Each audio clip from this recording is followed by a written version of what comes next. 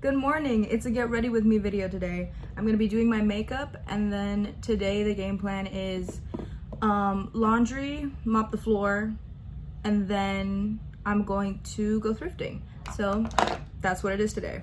What I wanted to talk about is actually the movie and book series After by Anna Todd. Originally it was a Wattpad fanfic and it was a Harry Styles fanfic. Like, a lot of the characters were actually supposed to be replaced. Well, their names were originally like the One Direction members. To say this, I like watching it because it just feels really funny to me.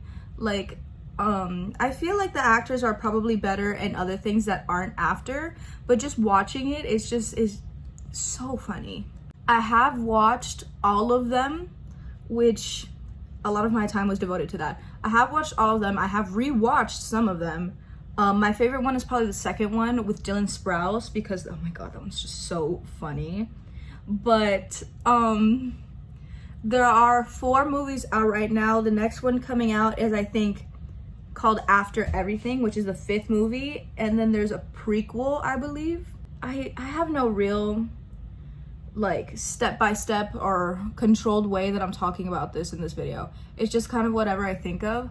But I think what I wanted to say mostly was that it's like organized chaos is the best way to explain these movies, because, you know, my love for these movies is centered around the fact that it's literally so insane, and there's just some parts of it that I'm like, that literally makes no sense. Again, going back to the second movie, my favorite, there's this scene where Tessa's like she's like panicking because she's like, oh my god, where's Hardin, whatever, and she's like texting him, and she gets to like a traffic light, and she drops her phone, and the light is red on the traffic light, and she like picks up her phone for a second, but then she notices that the light turned green, so she's like, oh, let me keep driving. So she goes driving, and then like a truck fully like crashes into her. But the way like the scene's framed is supposed to be like, oh, like she was so worried about Hardin that like she like ran the light, something like that. But it's like they showed the frame that the light turned green, and so that just makes it like that wasn't her fault. I think Hardin as a character is a man baby. That is the best way I can explain him. He's a literal man baby. He is so codependent. It is so frustrating, and like the most minimal thing that he does nice, Tessa is like losing her mind over it. Like in the 4th movie, he like, they've been broken up for like 4 or 5 months or something, and she's like in New York, and he is visiting, and they're like about to have some adult time, and he's like, wait, no, I'm gonna respect you. And she's like, oh my god, like, girl, he did bare minimum. I know that it sounds like that I'm like hating on this movie, but I love them. I love them so much. I think the fact that there are so many flaws makes it a better watch, and I love a bunch of media like that. Like, I've seen 1.5 50 Shades movies. Oh, I probably put way too much. I probably shouldn't have done that. Oh well. I've seen 1.5 50 Shades movies, and I say a half because I could not get through the second one. I physically could not, but I just find it really funny how much people are so genuinely in love with the After movies, like for real, and they're like, oh my god, I love Hardin Scott, and I'm like, girl, he is so toxic. But I think that's what makes it even better, that, not that he's toxic, obviously, like their relationship is literally horrible, but I saw this video where Anna Todd was explaining, she's like, you know, she writes it based on like a real life kind of scenario where it's like, I mean, that happens a lot, where you're just drawn to a person and you don't really know why, and you don't necessarily want to be drawn to them, but you just are.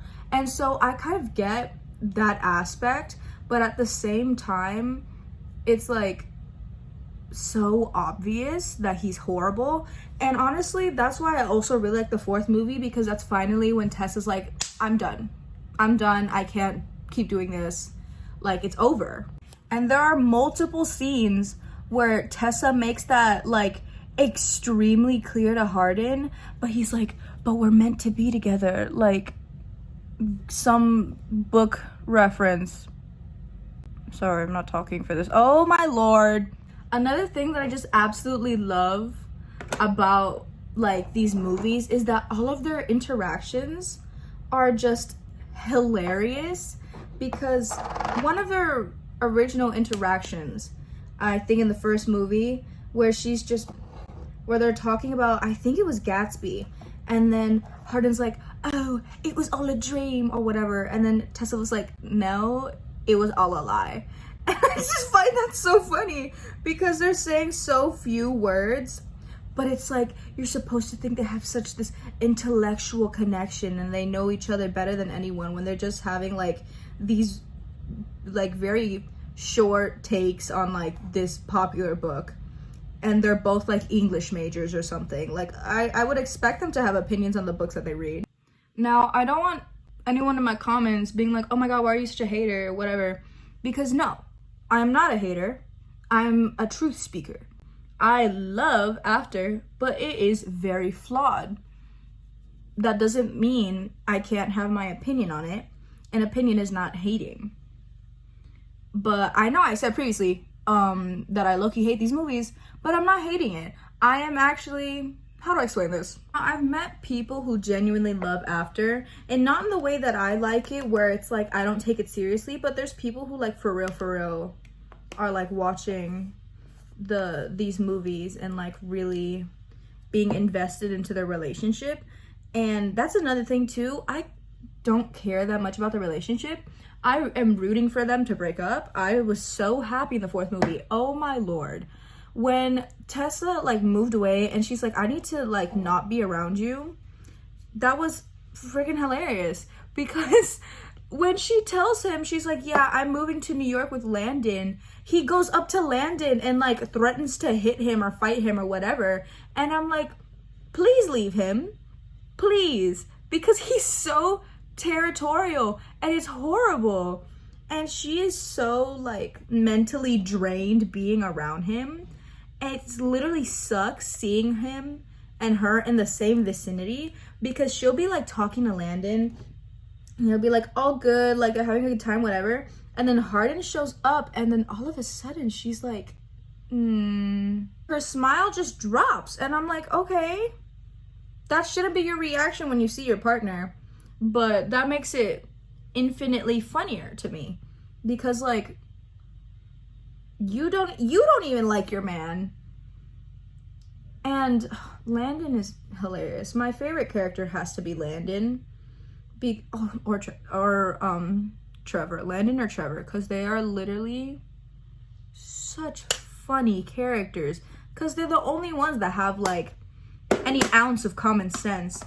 And on top of that, I feel like the movies have always moved in this certain type of pacing. The first three were like, pacing wise, I think was fine, but the fourth one was like, hello? Because in like the first 30 minutes, honestly, this entire video is a spoiler warning. I'm not gonna give a spoiler warning. But in the first 30 minutes, Hardin lights his mom's house on fire. Tessa goes back to her apartment and finds her dad OD'd on her bathroom floor. Hardin like, there's like a whole funeral. They like argue in like a greenhouse. She like moves back with her mom. Like this whole thing is happening. And then it's just like peacefulness for the next hour. And then the last 30 minutes, bam, she's in New York. She has a waitress job. Hardin's writing a book, and he's writing After, because he's like, this is our story and we have to be together. Landon has a girlfriend, and there's just so much just happening at once. It makes you think like, does this all culminate into a more enjoyable experience?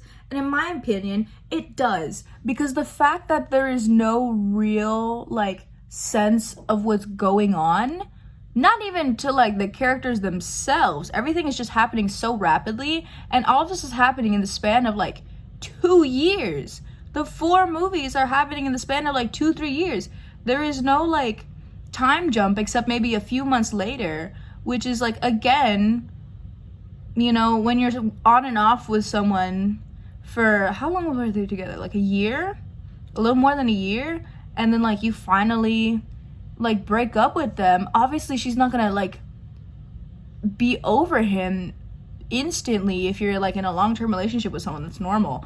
But it's the fact that like somehow she just cannot, like, she can't forget him. He's just something else. Where it's like, no, well, he is something else, that's correct, but that something else isn't really a good thing. That something else is like, that something else needs to go to therapy, which he does. Another thing that I like about the fourth movie, they send him to therapy. And I think do they send him to AA? I don't know if they sent him to AA. But he definitely needed that therapy. He needed to be able to talk out his business.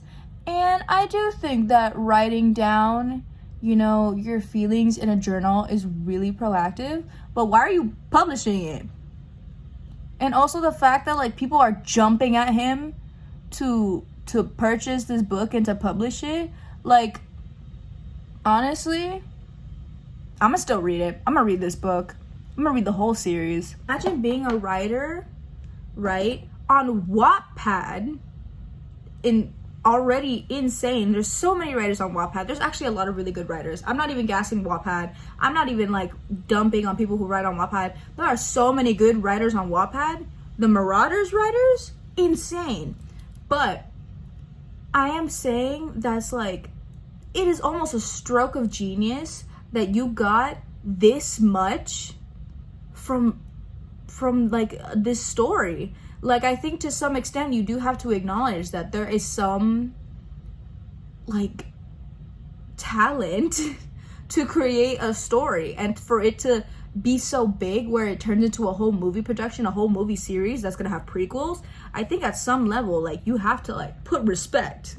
And as much respect as I give Anna Todd, I think that Hardin was very well written, because I feel like he's obviously a character that is supposed to be, you know, you're not supposed to like be fully in love with him. It's again one of those cases where it's like, it's a morally gray character where like, yes, he does a lot of bad stuff, but you know, he loves her and he's a good person to her. He hates everybody in the world but her.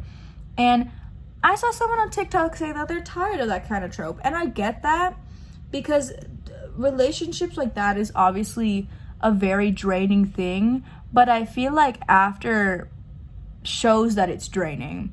And in my opinion, I don't think After is like romanticizing a bad relationship, because you see Tessa in like constant emotional distress, and you see Hardin drinking, and you obviously don't want that for yourself. So I don't think it's romanticizing it. I do think, though, that the story could have ended on Tessa leaving Hardin. I do like that extent. But obviously, I'm not the one writing the story. I'm not the one getting paid to write the story. So it ultimately, my opinion doesn't matter. I really like After in the fact that Tessa is so reflective of young women, of young girls who are going in to college, who for a lot of girls is one of their first adult experiences, and this is them, you know, trying to figure out who they are. And you know, Tessa has already a boyfriend. She has a very lovely relationship with her mother. At first, her mother is a little bit you know, I don't know how to describe her mother. I don't hate her mom, but she's going into trying to discover who she is as a person, and you know, she's meeting all of these different types of people. Like, she meets her roommate, who I'm forgetting her name. She's meeting her roommate, who's obviously a lot more, I guess you could say, well, she's less sheltered than Tessa, because you know, she's getting tattoos all the time. She has a bunch of piercings, she has dyed hair, and Tessa's supposed to be like the image of innocence. She's like blonde hair, blue eyes, she wears a lot of bright like colors, wear a lot of florals. She's very like, you know, she's young. When you start the series, she's like 18, and that age, while still an adult, is, I guess, an experientially different from the other like 20, 21, 22-year-olds who are in the series. And I really like that Tessa, over the whole series, kind of comes into herself, and she comes into her own style, and she feels more confident about herself and her abilities. I like that she works at Lance Publishing, and I like that even though Hardin got the job, she was the one who kept it. Like, she has insane work ethic. She's obviously a smart girl. She seems to be doing well in college, which, about college, did they drop out? Did they graduate? Well, Hardin graduated, so he might be like, what, 21, 22? I think that's why they find such comfort in each other, because while I think for the good of the characters, it's a genius idea for them to grow into themselves and for them to figure them out first, and then maybe later in life they'll come back together. I don't think the movie shies away from the fact that Tessa and Hardin as people are much better than Tessa and Hardin as a relationship. While I do think the directional choices and a lot of the way the scenes are written in the movies, I feel like that it's still a really good story, because it's two people who aren't at the level where they can work in a way that's healthy. And I think that's actually a really good story. That's the end of my Get Ready With Me. And that is why I love the after movies. So I think that's all. Bye.